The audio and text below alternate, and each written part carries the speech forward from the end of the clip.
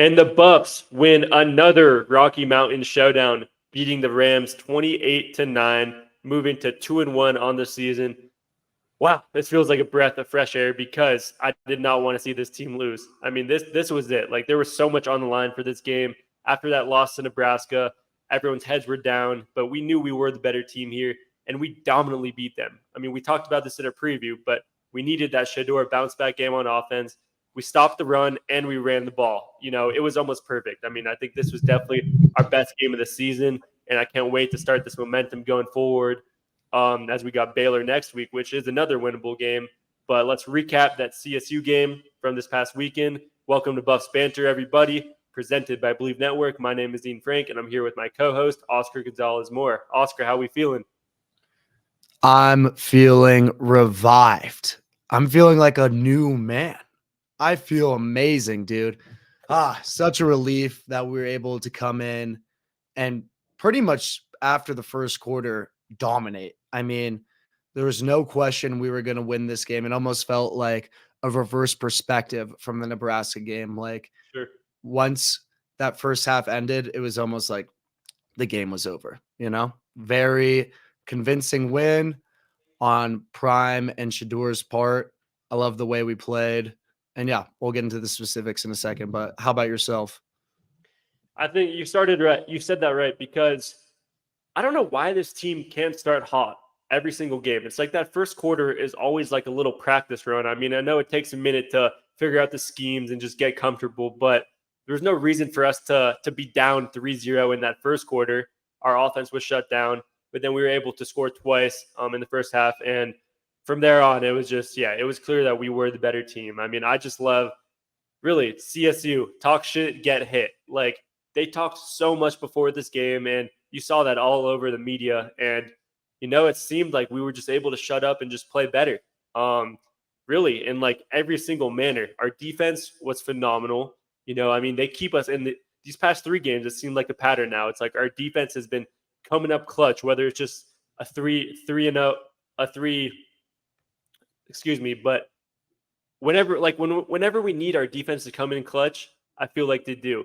And I love to see those turnovers. I mean, 2 interceptions, 2 fumbles. Like we got some stars on this team now, and I love seeing just CSU quarterback just make these mistakes, because he turned down that $600K deal for what? To lose 28-9 to the big bro team? Like, come on now. Yeah, it almost feels like the roles were reversed in this game. Not that I specifically remember Colorado talking a bunch of shit before the Rocky Mountain Showdown last year in Colorado, or I'm sorry, in Boulder. But I mean, they were definitely talking. You know what I mean? We'll see how many Instagram followers can get you the win. Like, they were talking for sure. And last year, it felt like CSU was coming in as the more humble team. This year, very, very different of Colorado, kind of head down, got destroyed by Nebraska last game. And they just showed everyone what they're about, Like Shedeur said before the first game against North Dakota State, I'm done talking. I just want to go out and play. And that's exactly what these boys did. Yes, sir. Shedeur threw for 36 for 49, 310 yards, and 4 touchdowns, no interceptions, which I love to see him get back in that column. And on an even bigger note, Micah Welch, freshman running back, 9 for 65 with an average of 7.2 yards. And I don't know about you, but when I was watching this, his first run of the game, I think it was for 25 yards. It was a little outside slip. And I'm like, okay, we're going to be fine. Like it was just a breath of fresh air, because that probably was our biggest run on the season, like just that 25-yarder on its own. And I believe this was the first time in the Coach Prime era that we have 100 rushing yards on the ground. I know Dylan Edwards might have got that, but that was also through like receiving yards and whatnot. So over 100 yards on the ground. Isaiah Augustov as well averaged about 5 yards. He had 6 for 31. And I think we just got to, like, I loved what we were talking about in the pregame show is just like Pat Shurmur, switch it up on offense. And I think he did just that, because we had a run game, and additionally we had a wide receiver game through the air too. Travis Hunter had another 100 yards. That's 3 games in a row with over 100 yards, 2 touchdowns for himself too, and 13 receptions, which is pretty crazy. Like, I wish I have in fantasy in a couple of years because he is putting up numbers. Additionally, And a pick. Sorry, let's not forget no, about the pick. yeah, That was a crazy stat line. Just seeing that like as an infographic, like 100 yards, 2 tuds, and an interception. Like, am I tripping, or is that a real stat? Crazy work. Anyways, continue. first time in decades that a player has had multiple touchdowns and an interception. By the way, I mean if you don't believe it, he is the real deal. Like he should win Heisman. I don't care. He should be number one leading candidate for Heisman right now. He is probably the best wide receiver in the game as of now because 100 yards in each game. I mean, he like last year he wasn't really doing those numbers. I know he got hurt, but on offensive side, it's like because we had Weaver as well. So to see him do this on offense, it really shows that he is the real deal. But yeah, additionally, LeJohntay Western, 5 for 80 and 2 touchdowns of his own. I mean, he is probably one of the most consistent wide receivers we have. And yeah, I guess we can just go along with the list. Will Shepard, 7 for 61. He had that great sideline grab. I know you scouted that in that little TikTok you made, but I mean that was a great catch.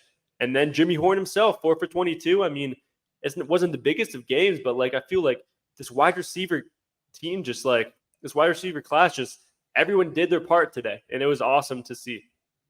100%. And I'm sorry for looping back on this, but I got to throw on the shiesty shades for the boy Micah Welsh.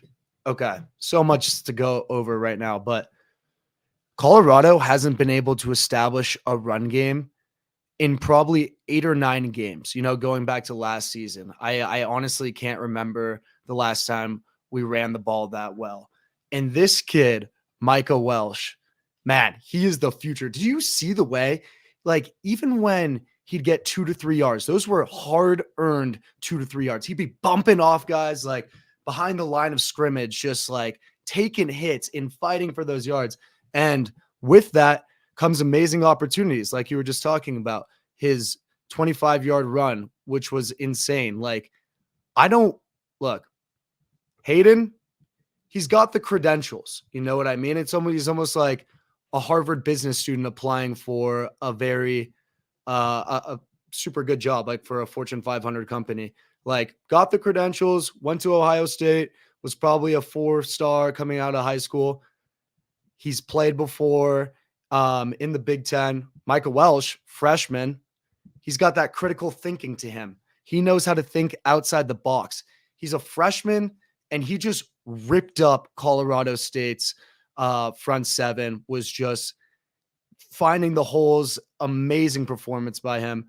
And like you were just saying, Travis Hunter, I don't think we were expecting him to be doing the things he's doing.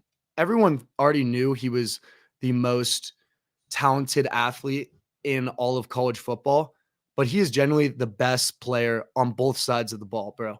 Like, he's the best wide receiver and the best defensive back.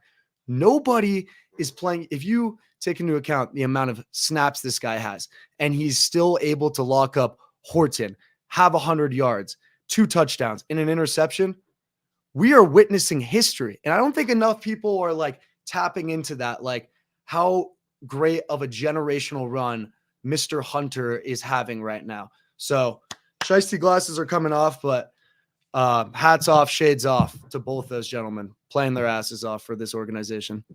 That's what I'm saying. It's just like every week, it seems like we keep saying his name, but we're not glazing. I mean, just watch the game. Like, he is the best on both sides of the field. But I do want to attribute some of the success, especially for the running, with this O-line. 1 sack. 1 sack. Last game, we had 6 sacks. I mean, I know this wasn't no Nebraska D-line, but when we have an O-line, when Shedeur has the time in the pocket, like, you've seen the types of throws he can make when he has at least 2 seconds, right? And it's just like all we have to do is give him that time. And additionally, they did help us with the run game. I mean, who knows with Hayden what would have happened.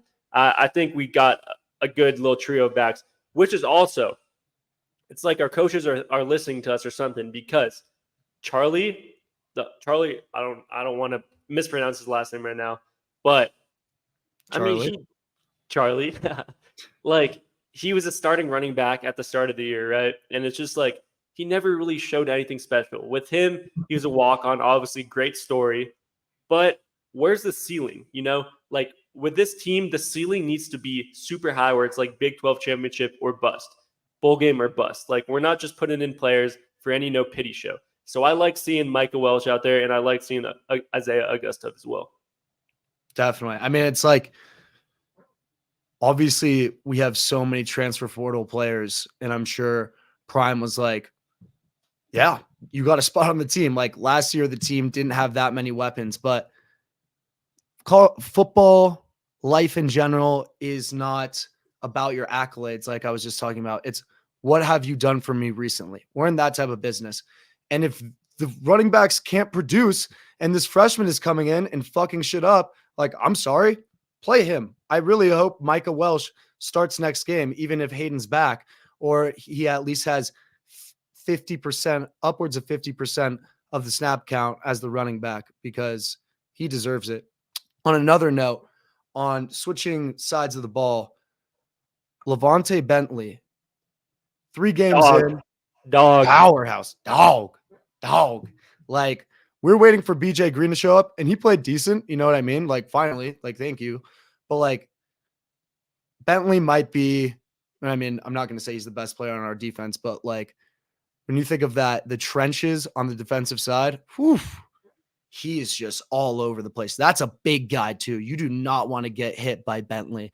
And he has just been giving offenses issues all season long. I think I had to give him his flowers to throw the shiesties back on, because he is a powerhouse and someone to be reckoned with before. Definitely a pro player, in my opinion. Yeah, I mean, I watched the game film right before this just to run it back for like the 5th time because I just loved watching that. But Bentley's forced fumble, I mean, it really just looked like he was just big bro in that and just took it away from the running back. Like, it is pure strength from him. And along with him, the other linebacker, Nikhai Hill-Green, I mean, they just look dominant together. I know that position was Trevor Woods when it came into it, but it looks like Hill-Green coming out of Michigan, I think was his spot to win. And then I got to talk about DJ McKinney again, because he is locked down. He is league bound as well. I mean, they had one deep down throw ball to him, and it was just like there was no room for separation whatsoever. He's there along with his buddy Preston Hodge, who had an interception on the night. And then, of course, we got to talk about Travis Hunter. But, you know, this team, without having Shiloh, who obviously is a captain for us, Cameron Sumlin Craig stepped up as well. Just like there weren't really any missed tackles that, other than that first drive, which was, I don't know, when we started off a little slow. But our defense really picked it up, man. And yeah, we're not even talking about BJ Green yet, which is like a name that, you know, we are going to talk about in the future. Trust me. But yeah, I guess what comes with this rivalry game is a lot of controversy, right?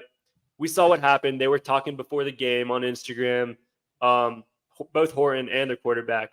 But Shedeur didn't shake his hand after the game. How do you feel about that? I mean, that some people just see that, and then that's the narrative they push about him, you know, just seeing that video. Should he have just been the bigger guy, shook his hand, or is he able to stand on business? I mean, they did just dominate. So what do you think about that? Yeah, I'm honestly 50-50 about it. But the bottom line is this game was personal. You know, I was in Fort Collins. I was at the bars for the game. And like when the game started, so many Rams fans in there just like talking shit, like just having a good old time. You know what I mean? Halftime, it was ran by Colorado kids. So it's like, if you're going to talk like that online, and given the impact of this game, it's the Rocky Mountain Showdown. It's like we were saying, this is our generation's biggest rivalry, considering last game too. Like, I'm fine with that, to be honest. And so many things Shedeur does, like, gets taken out of context. For example, he was saying it was a rookie mistake that he threw the pick against Nebraska, the pick 6 against Nebraska. And everyone was like, oh, he's blaming the O-line. He has zero accountability. Like, the narrative is just crazy. Anyways, as an athlete, as I've grown up, I think he could have he could have shook his hand, I guess. But at the same time, as like a follower of this team, I love seeing that. And it's all about the prime time. Perfect timing, man. I'm excited to hear that next weekend when Colorado is scoring touchdowns over Baylor. And yeah, it felt good. I feel like he could have handled it. I don't know. I'm indifferent about it, to be honest, but like I'm not mad. Yeah, sure. That's a good way to put it. I mean, you can always handle things differently. I mean, I think it shows that it really was personal. And I liked how at the end of the game in the press conference, he brought the whole O line there when he was talking because he's showing like this is a family. Like the media is trying to tear this team apart, whether it's Shador saying that about the O line, but it's like at the end of the game, these are players, man, and you got to just give respect to them because week in and week out, we're fighting hard. I mean, it's a long season. There's a lot of ups and downs, especially with the media narrative around this team. I'm just happy we're able to come out with the dub and dominate CSU because we have the talent. Like we were finally able to play to full potential on both sides of the ball. Now just look if next week we're able to not, the one bad thing on this week, turnovers, man, not turnovers, penalties. So many penalties. I mean, it seemed like watching this game, I heard the ref's voice more than like seeing the highlights because holy holding offense, like about like 4 times in a row. I mean, let's look up the exact number. I think it was about 10 penalties for maybe 100 yards, but it's like that needs to be cut down because when we play better teams in the Big 12, that can't happen. That's just inexcusable. But like a win's a win, and I'm not gonna be that guy who like gets pissed over the small things when looking at this team because the narrative definitely shifts all the time. And there were so many storylines that just was so fun watching. And, there's nothing better than seeing that CSU home crowd leave early in that game. Like people just walking out the stands when we were up big because it is personal. And we are Colorado. The Buffs are definitely Colorado. And it's time to keep proving it to the rest of the world. Yeah. Right before we end, let's just end with some takeaways. I know you were kind of chatting or crossing that line, so I guess I can start. But this team's the real deal. We had said we'd had the pieces, it just wasn't functional. On Saturday, we got to see what a functional Colorado Boulder team looks like, and it's beautiful. It's Swiss cheese. So, yeah, I think my biggest takeaway is if we have the right energy, the right body language, the right mentality, we haven't even started conference play yet. This team can go to the Big 12 championship. Okay. We can go to a bowl game. We can do it. I believe. Go Buffs. I believe too, man. I think just like you said, I mean, before the Big 12 conference play is definitely when we need to get everything in check. It's still earlier in this year where it's like we're able to figure out which puzzle pieces play better together. Kind of something like the linebacker team, switching that up as well as switching up Tyler Brown from tackle to guard. Just small things that I think actually make a difference when we look at it in general because there's a bunch of small bits and pieces, but when you look at it, we are the better team pretty much anytime we play another team. We have more skilled offense on both sides of the ball. So it really just depends if we play to that potential. Looking forward to covering the Baylor game because we haven't seen much with them. Obviously, this is our first time playing in the Big 12. So it'll be fun scouting that. Buffs are 2-1. I'm happy. I mean, we're back in the win column, and now it's time to just keep pushing that momentum forward. Yep. And just to end off, guys, we will be live at the Baylor game. So make sure to follow the Instagram at Buffs Banter and the TikTok as well. So much good content that you guys love to see on Instagram. Super close up views of the game, fan perspectives. We got it all. So make sure to tap into that as well. And keep commenting. I mean, I love looking at all this hate. There's so much hate on the CU football team you wouldn't even think of. So if you're just a Buffs fan and you want to chirp someone else, go look at our comments because people are just yapping out there. And to me, I just laugh because, at the end of the day, they're watching our content. But like Oscar said, join the Stampede. We are not giving up. This is just the start of this journey we got. Follow us on all socials and Go Buffs, baby. Go Buffs.